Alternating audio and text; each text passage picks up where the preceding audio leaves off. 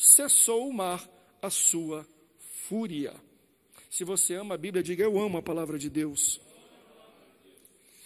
O versículo 1 que nós lemos já começa a descrever, fala assim, Jonas, profeta, filho de Amitai. E a palavra fala: e veio a palavra do Senhor a Jonas. Primeira coisa que a gente tem que entender é por que a palavra do Senhor veio a Jonas. Porque Jonas era um profeta. No Antigo Testamento, a palavra do Senhor era proferida e levada e compartilhada ao povo através de pessoas específicas que ele levantava para falar ao seu povo. Então ele era a boca de Deus para o povo. É por isso que o Senhor veio a Jonas, porque ele falou: eu preciso me comunicar com o povo. Por isso Jonas vai a Nínive e diga a esse povo a justiça, o mandamento, o decreto que eu tenho para eles. Eu acredito que Deus continua usando profetas.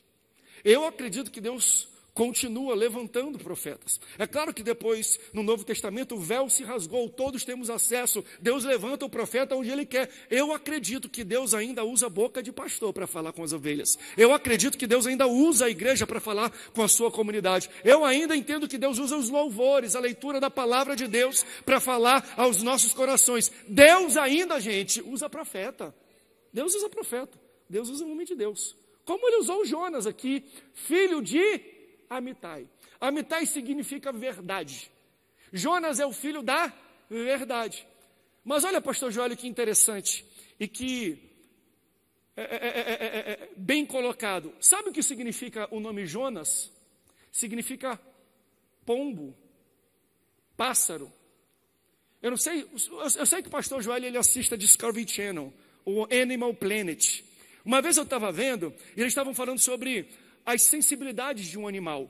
Eu não sei se você sabe disso, mas, por exemplo, existem pássaros, existem gatos, cachorros que antes de chegar uma chuva, eles já sabem. Antigamente, eles usavam animais para a previsão de tempo. Eles viam o comportamento do animal e conforme o comportamento, o animal tinha uma sensibilidade para entender, está vindo chuva por aí. Está vindo tempestade por aí, até hoje é assim. Você já percebeu que antes de vir um grande vento, antes de vir aquilo que, o céu escurecendo, quando você vê muito pássaro voando, é porque o pássaro sabe que vem tempestade por aí. E a natureza do pássaro é voar quando ele vê que tempestade está chegando. Então, o texto fala de Jonas, que também é conhecido como o profeta resistente, o profeta relutante. Por quê? Porque ele é um pássaro. Ele é o filho da verdade, mas ele tem a tendência de fugir quando ele sente que tem tempestade vindo na direção dele. Todos nós temos um Jonas na nossa vida. Todos. Eu vou bater hoje em Jonas. Eu vou bater o Jonas que existe dentro de você. Porque todos nós somos resistentes a guerras, a tempestades, há conflitos. Eu sou assim, eu não gosto muito de chegar cara a cara e falar coisa na cara do povo, não. Eu tenho uma tendência de ser Jonas também. Eu fujo, às vezes, de alguns confrontos e tempestades que tem na minha frente. Mas a minha pergunta é, quais são os problemas e tempestades que você está fugindo, que Deus está mandando você encarar? Quais são as situações que Deus fala, ao invés de correr da situação, infla o teu peito, levanta a tua cabeça e vai em direção daquilo que eu estou mandando por você. Por quê? Porque talvez a sua bênção, a sua vitória, o seu romper está por trás dessa tempestade, por trás desse problema. Mas ao mesmo tempo a gente tem que ter a sensibilidade de entender o que está causando o problema. Porque também tem muita gente que enfrenta, vai de frente, mas mal ele sabe que é ele que está causando o problema. Essa tempestade aqui não foi causada por questões naturais, não. Não foi o diabo que levantou, não. Foi a desobediência de um profeta que não seguiu, não quis ser guiado pela palavra de Deus. Existem tempestades que nós devemos lutar cara a cara. Mas existem tempestades que só vão se acalmar quando a gente joga alguém no mar. Ai, meu Deus do céu. Eu preciso pregar isso para você. Eu não estou falando que é do irmão do lado. Não, não. A Bíblia não é uma muleta, um binóculo que você olha e aponta para o outro. Está vendo? Eu tenho que jogar o meu marido, a minha mulher no mar, que aí o problema vai acabar. Eu estou pregando para o Jonas que existe dentro de você. O que você precisa jogar no mar, que está dentro de você, que te impede ou que está levantando tempestades contra a sua vida. Aí Deus chega e fala assim: Jonas, eu tenho um mapa para você, uma bússola. Eu preciso que você vá para Nínive pregar para o meu povo. Deixa eu contextualizar. Nínive hoje é o território do Iraque. Naquele tempo os ninivitas eram um povo cruel, era um povo assassino, era um povo bárbaro, dos quais o povo de Deus, Jonas, desde que ele cresceu, ele aprendeu na sua casa a evitar ninivita. Ele odiava os ninivitas, assim como os ninivitas odiavam ele, a sua família e o seu povo. Então ele cresce dentro dele, enraizado uma crença que esse povo não presta, eles são povinho. Eles eram tão maldosos que eles pegavam os povos ao redor que eram inimigos e faziam pirâmides de ossadas e de caveira desse povo na entrada da cidade. Porque se alguém quisesse invadir, entrar ou de passagem na terra dele, ele já colocava aqui, cartão postal. A gente foi na conferência de casais e na entrada de Pindamonhangaba está escrito assim, Pindamonhangaba é do Senhor Jesus. Mas se você entrasse em Nínive, não, você ia ver uma pirâmide de caveira, falando assim, vem mexer com a gente. Pode vir quente que a gente já está fervendo. Ele recebeu uma palavra do Senhor. Que bom, como é bom a gente receber o Senhor, uma ordem do Senhor. Mas quando ele viu qual era o destino da palavra do Senhor, ele não gostou não. Por quê? Porque ele cresceu aprendendo, sendo aconselhado a evitar este povo. Por isso que eu acho bonito, porque profeta não prega o que quer, prega o que Deus manda. Profeta não prega para quem ele quer, prega para quem Deus manda. Profeta não chega com profecia prontinha, não. Se você é profeta de Deus mesmo, vai ser contra a sua vontade. E às vezes ele vai te levar a cantar, a louvar, a testemunhar para pessoas que você nem quer ser guiado por Deus, pelo Espírito Santo e pela Bíblia. Te prepara a apresentar o Evangelho para pessoas que você não quer apresentar. Aí Deus vai ver a tua disponibilidade. Mas sabe o que eu acho bonito nisso aqui? E eu aplico para a minha vida como profeta de Deus. Você acredita que eu sou profeta de Deus para a sua vida? E eu tenho palavras de Deus para você? Antes de Deus me usar para falar para você, Ele trata primeiro coisas no meu coração. Sabe por que eu acho que Deus levanta Jonas? Existiam outros profetas, ele não era o único profeta não. Mas por que Deus pega Jonas e fala, vai até Nínive? Porque Jonas cresceu tendo uma cultura, uma raiz de odiar esse povo. Só que profeta não é dispenseiro de raiva.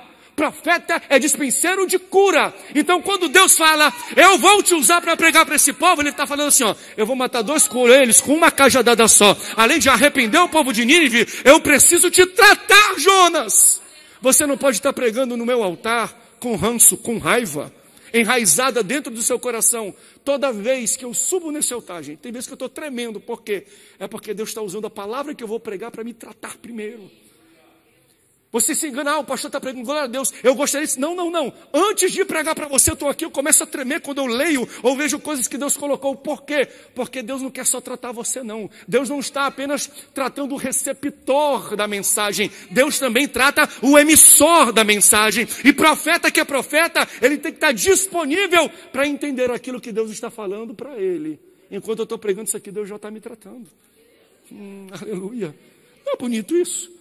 Quando o grupo de louvor louva, Deus está tratando eles. Quando alguém toca, Deus está tratando eles. Quando alguém chega aqui e vai dar uma palavra de oferta, e às vezes está passando muita dificuldade. É errado não, é Deus tratando tanto o receptor quanto o emissor, assim como Ele fez com Jonas. Eu vou tratar o povo, mas eu preciso te tratar primeiro, Jonas. Eu preciso arrancar de ti essas raízes de raiva. Então aquele povo que você não gosta de pregar, vai lá e entrega a minha mensagem. Aleluia.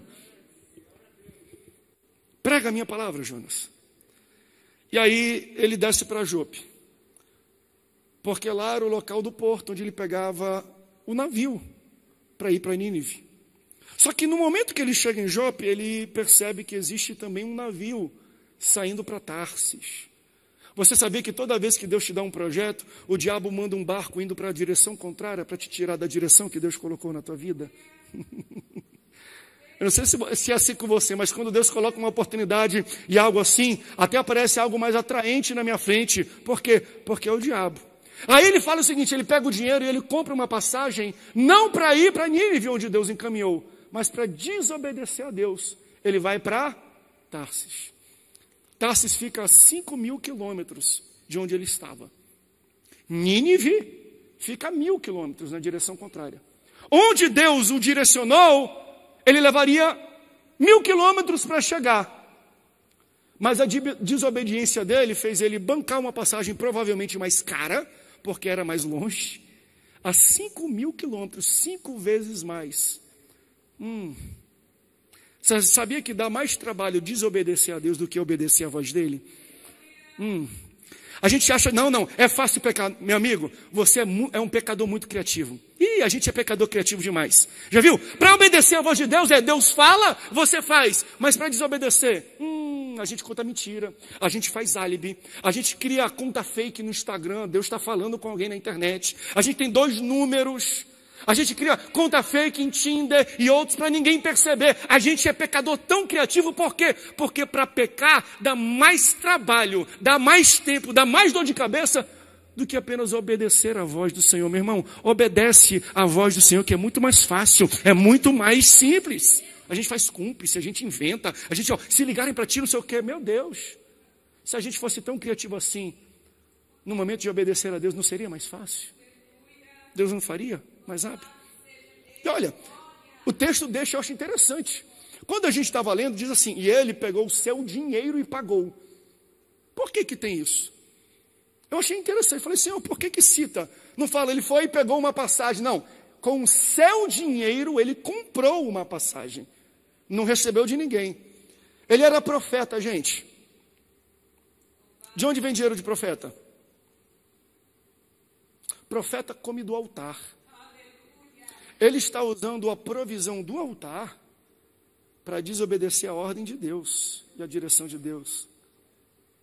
Quando você desobedece a ordem de Deus, usando aquilo que é do altar, você sempre paga mais caro. E às vezes esse valor custa o preço do altar que você está.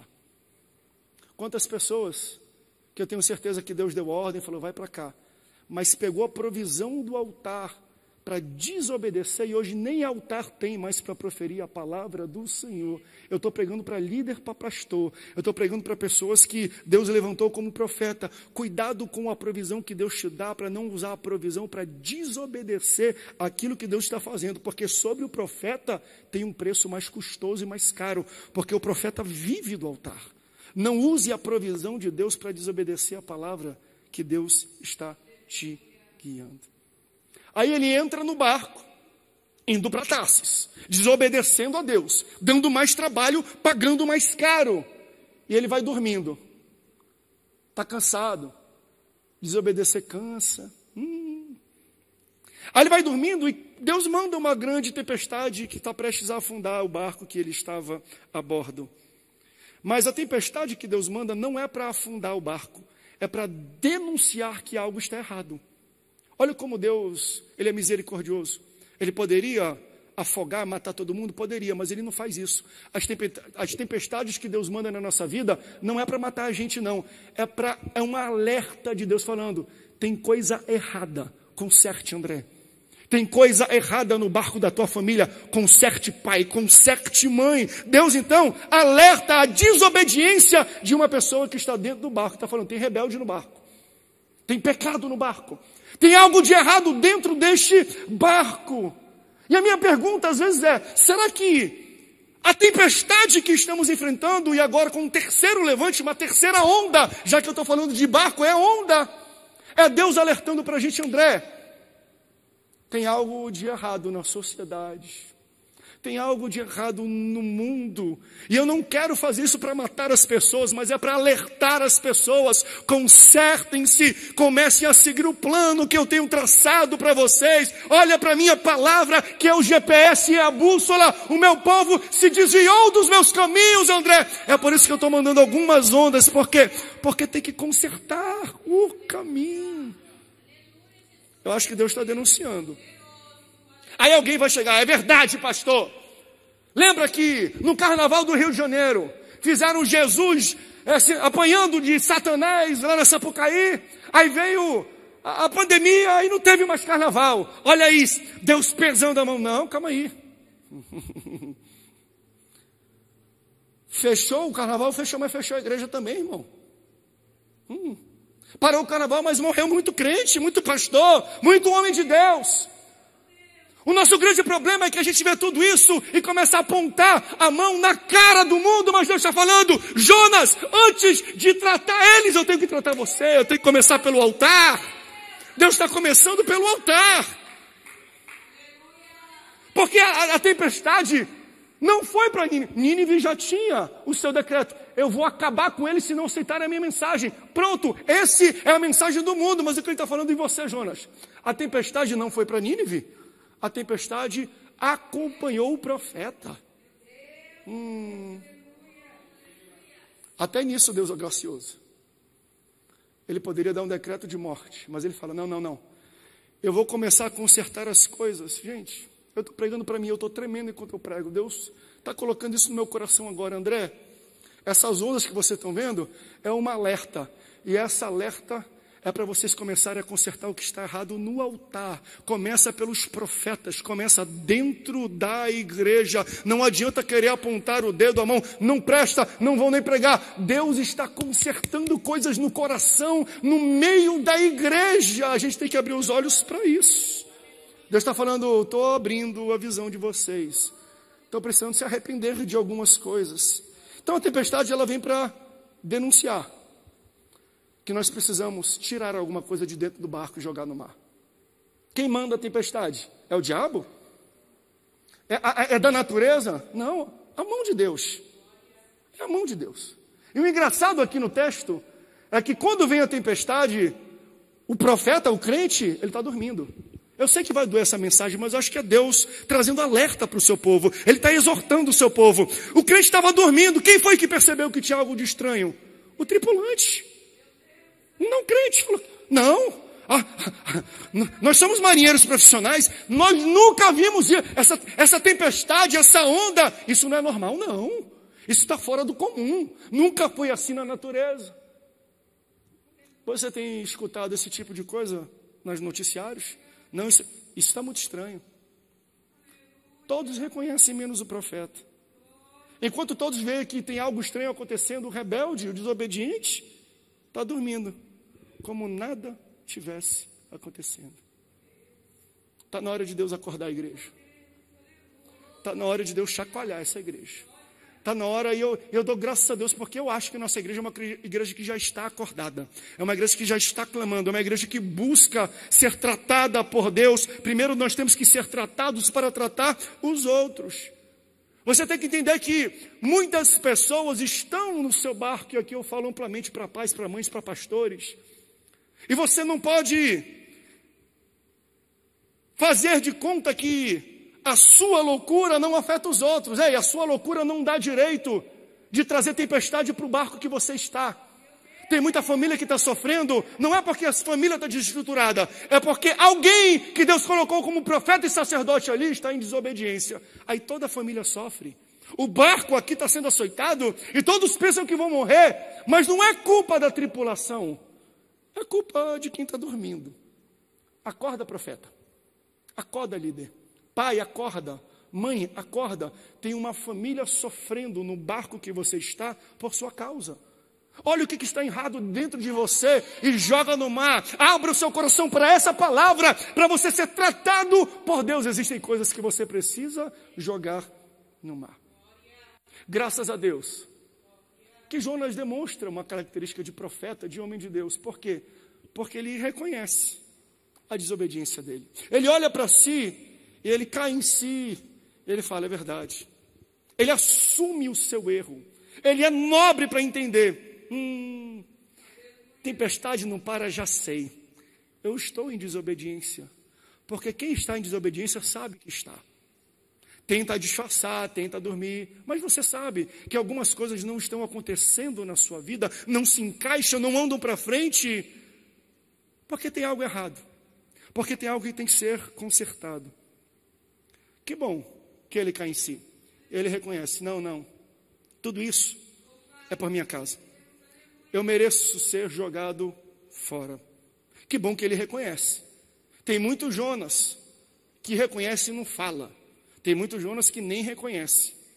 E tem aqueles que fazem de propósito e ficam caladinhos, porque quer ver o circo pegar fogo. Nesse caso, o circo pega água. Ele está num caminho, ele está em desobediência, ele está lendo, não, eu quero que exploda toda a estrutura da igreja, eu quero que aquilo, eu oro para que Deus traga à sua mente uma iluminação e fale, não pastor, eu estou errado, eu não posso continuar fazendo isso, o meu barco não vai para frente, a minha vida não vai para frente, o meu ministério não vai para frente, por quê? Porque tem algo em mim que eu preciso jogar fora. A tempestade está batendo. Então Deus aperta a tempestade. Cada vez mais. Estava dormindo, aperta. Não reconheceu, aperta. Não caiu em si, aperta. Enquanto houver erro encoberto, Deus vai continuar apertando a tempestade. Deus vai continuar arrochando o calo. Mas não é para te matar, não. É para você reconhecer o erro. As tempestades que Deus manda, as ondas que Ele levanta, não é para matar a gente, mas é para a gente se tocar, que nós precisamos corrigir algumas coisas na nossa vida. Tanto que ele reconhece, o povo pega, joga ele fora do barco e normaliza, e acalma. Você sabia que a melhor forma de amor a um pecador é a correção e a disciplina? A gente acha que às vezes, e claro, existia uma época que a igreja era muito dura, mas, às vezes, eu sou um pastor tranquilo, eu gosto de sentar, olhar no olho, e eu acredito naquilo que as pessoas me dizem, mas eu confronto. Meu irmão, como é que está a tua casa? Como é que está a tua orientação sexual? Como é que está a tua dízimo e oferta? Como é que está esse negócio de pornografia? Me fala, eu olho no olho, porque por mais que eu seja amoroso e brando, eu não posso ser conivente com o erro, porque se tiver gente, e eu sei que estão errando, estão no altar, estão aqui, o barco começa a receber tempestade. E às vezes as pessoas vão falar, mas pastor, disciplina é muito duro. Nós estamos vivendo em 2021, pastor. Que negócio é esse de banco? Que negócio é esse de disciplina? Disciplina se chama amor. Se a gente não... o grande problema é que as pessoas acham que disciplina é maldade. Não é. Disciplina é amor. Ah, mas ele toca bem, pastor. Tu não vai disciplinar ele, não. Ah, pastor, mas ele tem muito talento. Ele prega muito, pastor. Tá, não, mas deixa quieto. Por quê? Porque ele vira tudo no culto. Ei, cuidado. Chega perto. Chega com firmeza. Disciplina. Conversa olho no olho. Trate o problema, senão a tempestade vai continuar aumentando. Tem muita gente que não entende de onde vem a tempestade. E Deus está falando, é porque você não está disciplinando. A disciplina é um amor. Eles vão mudar a partir do momento que você disciplinar. A palavra de Deus é a exortação. E a própria palavra diz isso. A palavra exortação não é da bronca, não. Exortação vem da raiz motivação. Energia. Seja enérgico e motive a pessoa a mudar. Exorte esta pessoa. Trate do problema agora, senão toda a tripulação vai sofrer os danos da tempestade de uma pessoa. Agora, exemplo. A minha mãe, quando eu era indisciplinado, poucas vezes que eu desobedecia a ela, tinha uma goiabeira no quintal da nossa casa, lá em Manaus, na Rua 7, Parque 10, Conjunto Castelo Branco. E ela pegava uma varetinha dessa goiabeira, ela tirava as folhas e a fruta também, chegava aqui, vem aqui que eu preciso ter um momento de intimidade com você, meu filho. E ela dava umas ripadas no meu bumbumzinho, na minha perna com aquilo. Por quê? Porque ela estava me disciplinando. Porque se ela não me disciplinasse, eu ia me tornar um homem mau caráter e obediente. Você entende isso? Deus nos disciplina, não porque Ele é mau conosco, mas porque Ele não quer que a gente se torne algo pior, que depois não vai ter jeito. Ele vai ter que mesmo cortar fora o ramo. Então Ele vai dando uns tapinha. E a minha mãe, quando batia, eu acho que é só a minha que falava isso. Ela falava assim: meu filho, está doendo mais em mim do que em ti. Falei: mãe, então deixa eu bater na senhora. Aí que ela arrochava mesmo. Aí ela falava uma seguinte frase, que eu acho que é só a minha mãe que dizia: eu estou te batendo porque eu te amo. Isso não entrava na minha cabeça. Calma aí, como é que tu bate em alguém que tu ama? Aí eu tive filho. Aí eu falei: minha mãe era uma gênia. Filhos, talvez você não entenda. Por que meu pai me bateu? Eu não estou falando de espancar, não. Tá bom, marido? Tá bom? Tu é um homem da casa, tu não nasceu para espancar filho, não, mas para corrigi-lo. Com moderação, com equilíbrio. Sabe por quê? Porque se não fizesse isso com você, você se tornaria uma pessoa pior. A correção é necessária para a obediência, para o caráter, para o crescimento do filho. Ele tinha que tratar. Deus não gosta de bater na gente, mas às vezes Ele tem que disciplinar, porque a gente está muito desobediente. A gente não está seguindo o caminho que Ele nos deixa para seguir. Mas aprenda isso. Isso vale para a mãe, vale para o pai, vale para pastor e líder da igreja. Quer disciplinar? Disciplina. Pastor tem que ser rigoroso? Seja rigoroso. Mas demonstre carinho, cuidado e amor. Eu vi um rapaz, eu digo isso baseado numa experiência que abriu a minha mente. Logo que começou, há uns 2 anos atrás, 3 anos atrás, reportagem sobre essa rapaziada que nem se identifica com a orientação sexual masculina nem feminina, que chamam de ou não binários, né? Então, use palavras que não são objetivas de ele ou ela. Por exemplo, não é cansado nem cansada, porque cansado é homem, cansada é mulher. Estou cansado, é indefinido. Então eles começavam a se identificar nessa questão binária. Tamanho a confusão e a tempestade que eu imagino que ele cresceu dentro da sua casa. Mas isso é uma outra ministração. Mas um desses rapazes falou uma coisa que até hoje eu coloco no coração e eu falo: Senhor, me ajuda a crescer, a entender o que acontece na cabeça dessa rapaziada, para eu poder cuidar deles, para eu poder sarar eles. Falou a seguinte coisa: ele falou, perguntando assim: o seu pai gosta, não gosta? Não, meu pai me expulsou de casa, meu pai não sei o quê, não entende, blá, blá, blá. Aí um falou assim, ó: eu até aceito a sua correção, mas antes eu preciso sentir o seu afeto. Você está entendendo isso? A correção, a disciplina, será compreendida por quem recebeu a disciplina, desde que você tenha demonstrado amor e afeto antes. E eu acho que isso a gente tem que aplicar à mensagem da nossa igreja.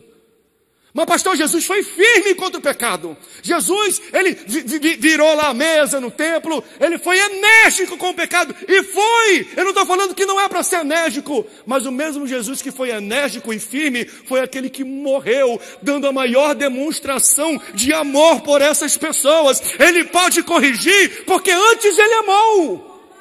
Não adianta a gente pegar a Bíblia e esfregar na cara de pecador, dizendo: você vai para o inferno, porque está escrito aqui que você está no quinto, no mármore do inferno, e a gente esfregar na cara dessas pessoas, elas não vão receber. Mas pastor, isso é a verdade bíblica? É, mas a maneira como você entrega a verdade vai dizer se ela tem efeito ou não. Aí como é que Jesus entregou, pastor? Olha para a cruz do Calvário. Aquela foi a forma que Jesus entregou e disse e demonstrou o evangelho às pessoas. Ame, mostre afeto, mas cheguei, queridão. Não é por aí não. Quer continuar assim? Mas é com essas regras. Deixa eu orar por você.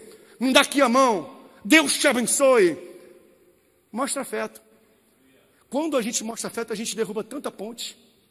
A gente não tem ideia. Mas pastor, tem que mostrar a justiça da Bíblia. Sim, nós temos que pregar com justiça. Mas o amor é maior do que a justiça. Por que isso esses dias?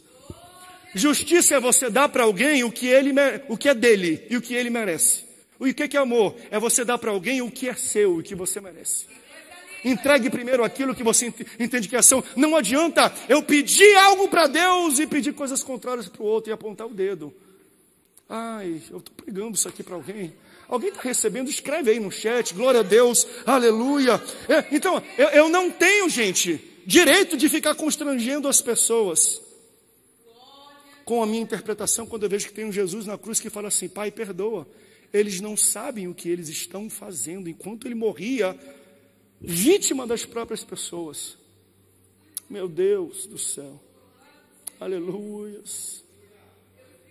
A gente tem que apresentar a cruz.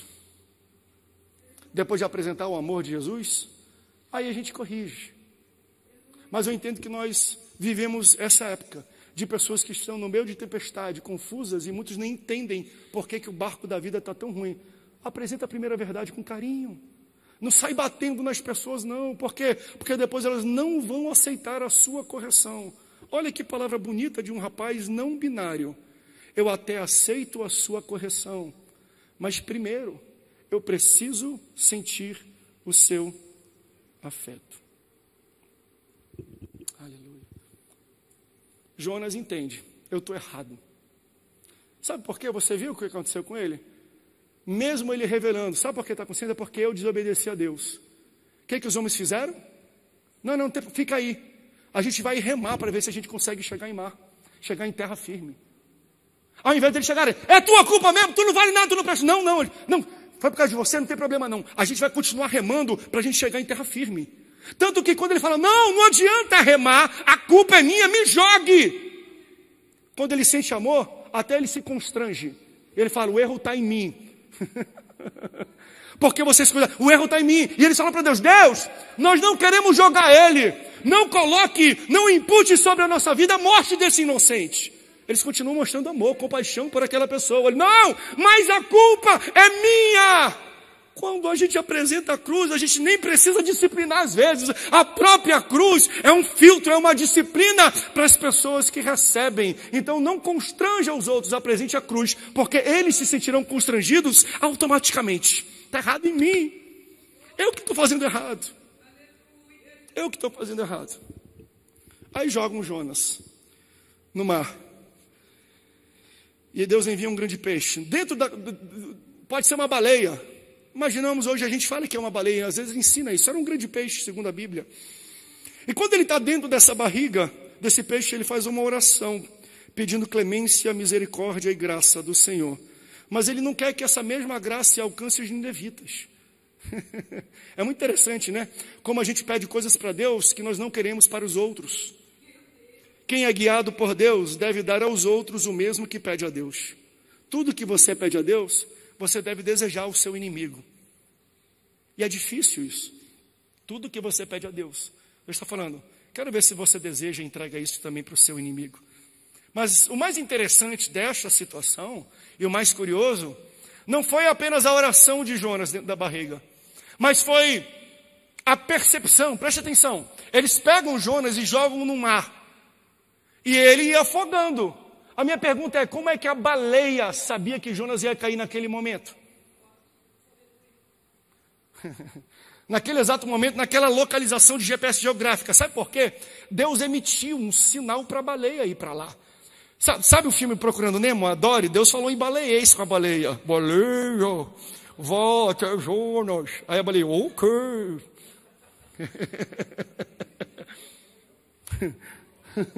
Ficou bom, meu baleia, não ficou não? As crianças vão gostar. Jonas desobedeceu a ordem de Deus. Segura essa. Mas a baleia, ao vir, a baleia obedeceu. O que a gente faz quando animais irracionais têm mais bom senso, têm mais obediência do que o humano? O humano é bicho ruim. Até os animais obedecem à ordem do Criador. Por que nós que recebemos o amor do Senhor. Ele morreu, não foi por baleia, não. Ai, o meu cachorrinho vai morar no céu, meu filho. Quando tu chegar no céu, tu nem vai pensar em cachorrinho. Deus morreu por você. Por que que você não tem o bom senso de uma baleia para entender o caminho que Deus está te guiando? A baleia tem mais bom senso que Jonas, mais obediência que Jonas. Eu vou te falar que tem uns crentes que... Vou ficar calado aqui. Mas até umas mulas obedecem mais do que muito crente. Eu ouvi aqui um é verdade, o outro glória a Deus e uma risada. A baleia pega e ela cospe Jonas, então, na rota que ele deveria obedecer inicialmente. Sobe aí, louvor, pode subir o pessoal. E Deus falou: Jonas, eu estou recalculando a sua rota. Eu mandei uma baleia, um peixe grande para te pegar e para te jogar num local que tu nunca deveria ter desviado. Eu uso até baleia, meu amigo, para colocar na rota. Tem gente que tenta fugir do caminho do Senhor, aí ele está do nada aqui vendo até coisa errada na internet, daqui a pouco ele clica no link, aí dá nessa mensagem. Sabe o que é isso? É Deus mandando: eu não sou uma baleia não, mas eu tenho mais bom senso que uma baleia. E eu estou falando para você que Deus tem um caminho abençoador, um caminho grande, um caminho lindo, um projeto extraordinário para a tua vida. Por isso que toda vez que você está andando, você zapeia, do nada toca, vem aquela música de quando você aceitou Jesus, aí desviou.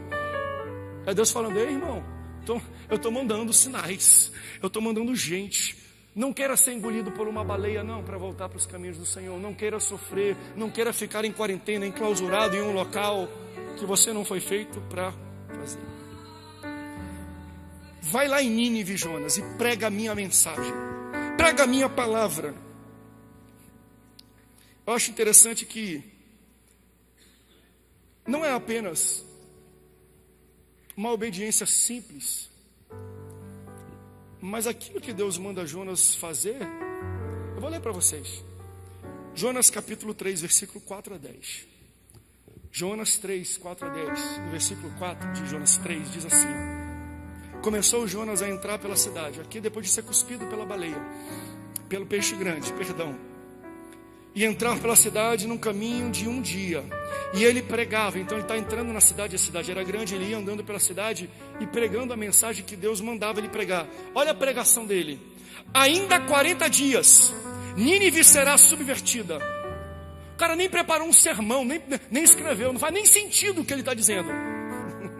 Ele não usa, ele fala assim: ó, ainda 40 dias Nínive será subvertida. Uma mensagem, pastor Joelho, de 6 palavras.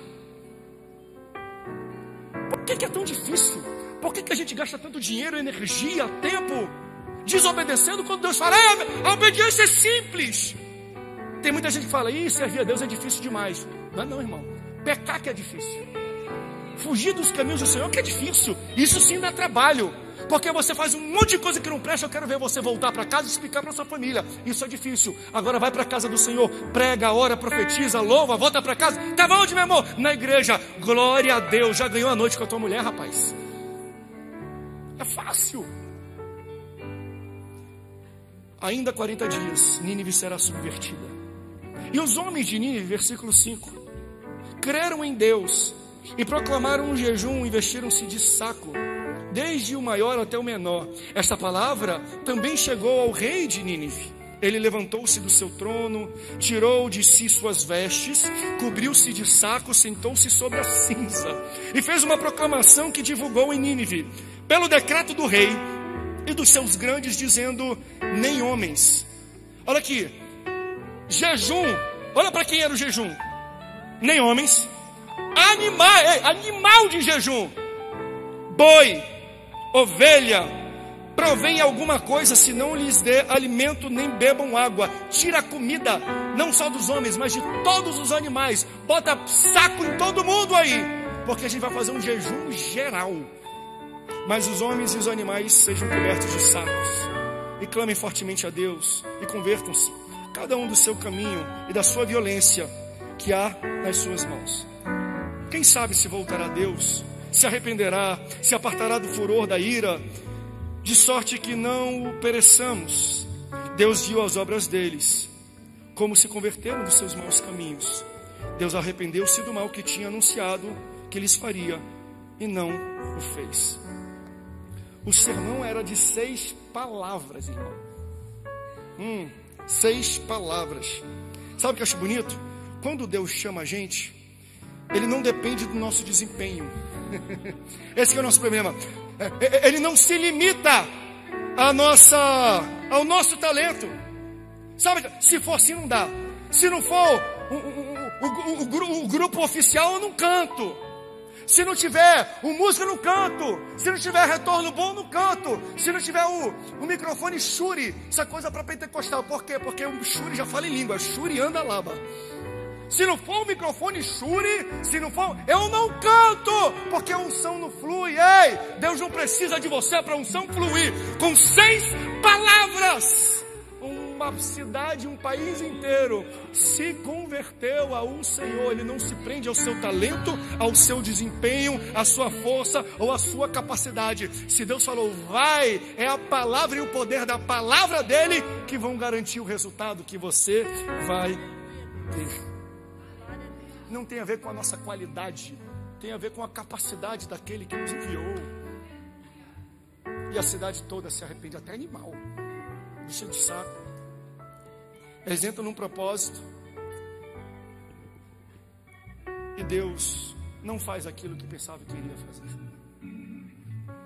Só prega, só isso, só canta, só isso, só louva, só testemunha. Teve uma pessoa que perguntou para mim, pastor, eu nem falei isso para a Michele, por que o povo está indo na frente do hospital? Vai lá, fica uma hora, canta, louva e ora e vai embora. Só isso? Só, filha. Se um cara desobediente com 6 palavras ganhou um país inteiro, o que 60 pessoas na frente de um hospital não vai fazer no mundo espiritual e trazer cura e libertação e mudança para uma cidade? Eu acho que nós estamos fazendo isso. Nós estamos na rua como um Jonas, agora com um bom senso, com a mente no lugar onde Deus está falando, vai e proclama. Mas eu canto o quê? Eu prego o quê? Só vai, só prega, só canta, só abre a boca, porque o trabalho não é seu. O trabalho é meu. Eu só quero a sua obediência, que o resto eu vou garantir. Aleluias. Então, gente, deixa eu voltar para o início da mensagem. Eu bati muito em Jonas. Deixa eu aliviar então um pouco as costas dele. Deixa eu passar um gelol para arder muito primeiro, mas depois vai trazer uma tranquilidade. Enquanto Jonas vivia, veja, o livro de Jonas não foi escrito como uma live. Ele não foi escrevendo o livro enquanto ele vivia as situações. Ele primeiro viveu, aí depois ele olhou e falou, meu Deus, eu estava em desobediência. Não foi isso? Ele só caiu em si por causa das consequências do erro que ele fez. Então, enquanto a gente vive, não parece ser desobediência. Isso é difícil. Vai pregar. Já pensou, Guilherme? Vai lá cantar. Aonde? Eu quero que tu cante lá no Afeganistão. Eu quero que tu cante lá nos Emirados Árabes. Um louvor que eu coloquei para você. Mas, Senhor, se eu canto, o povo me mata de primeira. Crente não pode nem entrar lá direito. Foi isso. Essa foi a proposta de Jesus para Jonas. Eu vou aliviar ele. Por quê? Vai lá onde o povo te odeia, onde o povo mata e pendura a tua cabeça na entrada da cidade e prega para eles. Então, para Jonas, gente, enquanto ele vivia, não parecia desobediência, parecia coerência. Tem muita gente, tem muita coisa que a gente está fazendo no dia a dia. Não, por quê? Isso aqui é coerente. Às vezes, ai Jesus, é difícil a gente falar isso, mas às vezes aquilo que Deus pede da gente é incoerente. E se a gente não acreditar naquilo que nós ouvimos da boca de Deus, Ele manda algumas tempestades, não para matar a gente, mas para falar, aquilo que eu te disse, vai lá. É incoerente? É, mas vai lá, eu garanto. Eu estou contigo. Eu estou no suporte. Não fique comigo. Enquanto ele vivia, ele não entendia. Depois que ele viu as consequências, ele pôde entender. O que me faz pensar que um bom profeta e homem de Deus não é aquele que erra, porque todos nós erramos. Não é aquele que desobedece, porque todos nós desobedecemos. É aquele que é rápido em reconhecer o seu erro. Quer ver um homem pecador? Mas pecado intencional? Davi. Teve uma moça, uma jovem, deve estar assistindo, falou, pastor, nova na igreja, eu estou lendo a Bíblia. Davi era horroroso. O que ele fez para conseguir aquela mulher foi nefasto, pastor. Como é que ele é chamado de homem segundo o coração de Deus? Fazendo um pecado tão feio. Aí minha frase para ela foi assim, ó: o que caracteriza Davi em ter o mesmo coração de Deus não é porque ele errou, mas porque ele foi rápido em se arrepender. Porque o profeta Natan chegou e falou assim: tu errou nisso, nisso, nisso. Ele era rei, poderia matar o cara. Falou: tu está me desrespeitando. Ele falou: não, eu errei. Então olha que bonito. Deus não nos caracteriza pelos nossos erros, mas pelos acertos, por aquilo que nós temos de parecido com Ele.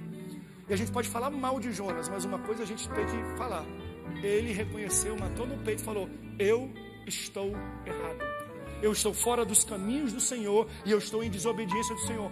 Pode me jogar na água, porque o problema sou eu. Deus está buscando gente macho e fêmea, verdadeiro, que fala assim: pastor, a culpa não é do meu marido, não é meu, a culpa é minha. Existem coisas na minha vida que estão me impedindo de alcançar o projeto e o plano de Deus, e eu estou em desobediência. A partir do momento que ele reconheceu, Deus trouxe um conserto e uma nova oportunidade de fazer aquilo que ele chamou para fazer. A Bíblia fala que aquele que confessa, reconhece, e se arrepende, muda a sua atitude. Aquele que confessa e arrepende alcança a misericórdia. Qual é o caminho, Senhor? Pastor, para Deus? Jesus. Como assim? O próprio Jesus falou em João 14,6: eu sou o caminho. Como assim, pastor? Se você quer seguir os caminhos que Deus tem planejado para você, você não consegue longe de Jesus. E eu quero te oferecer essa oportunidade agora, de seguir os caminhos do Senhor, entregando a sua vida a Ele, para começar a caminhar nos caminhos que Ele tem traçado para você. Muita gente está no meio de uma grande tempestade e ainda não conseguiu reconhecer de onde essa tempestade provém. É de fora, é externa, e às vezes muitas questões é porque a gente está longe a gente está numa desobediência. Ou muitos já estiveram nos caminhos do Senhor e saíram dos caminhos. Eram para ir para Nínive e falou assim: não vou mais para Nínive não, eu vou para Tarsis, eu vou para um caminho totalmente contrário. E estão vivendo desviados dos caminhos que Deus propôs. Eu venho hoje orar por você, online, as poucas pessoas que estão aqui. Eu quero colocar diante de você o caminho chamado Jesus. Ele é o caminho, Ele é a verdade, Ele é a vida. Eu quero te convidar a consertar os seus caminhos, entregando a sua vida para Jesus. Nós estamos apenas online, então o meu apelo vai para você que está em casa. Tem alguma coisa errada na sua vida? Você está sofrendo por algumas coisas que talvez você não reconheça, e durante essa mensagem Deus está colocando: olha, é isso aqui na tua vida, ó, joga isso na água, tira isso do seu barco. Se você está desviado dos caminhos do Senhor, eu quero te fazer um convite a retornar aos caminhos. Do mesmo jeito que Ele botou dinheiro no seu bolso para você comprar uma passagem para Tarsis, Ele vai enviar uma baleia, alguém que vai obedecer a voz dele para te reencaminhar para os caminhos que Ele propôs para você. Ou talvez você nunca andou nesses caminhos, está no meio de uma grande tempestade.